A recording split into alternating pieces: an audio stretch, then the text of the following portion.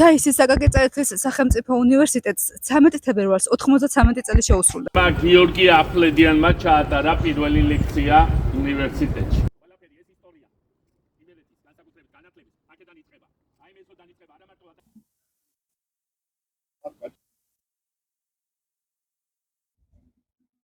ილოცავთ და ულოცავ ყველას სრულიად საქართველოს აკაკი წერეთლის სახელმწიფო უნივერსიტეტის ყველა სტუდენტს, ყველა თანამშრომელს.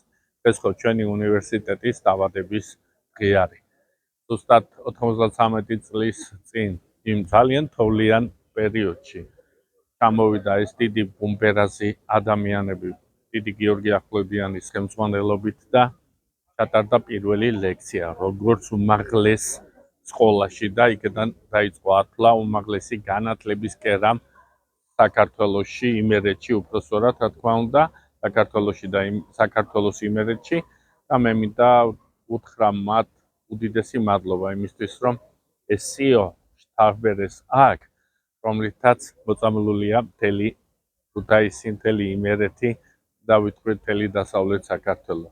ყველა კურსდამთავრებულს, ყველა ადამიანს, ვინც ჩვენი მეგობარია, ვინც უნივერსიტეტთან არის დაკავშირებული, ულოცავ ამ დიდ დღეს და იმედია ის დიდი კვაწლი, რაც ამ დიდმა ადამიანებმა დატოვეს, გაგრძელდება ისე, რომ უფრო ამაყი იქნება მომავალი თაობა.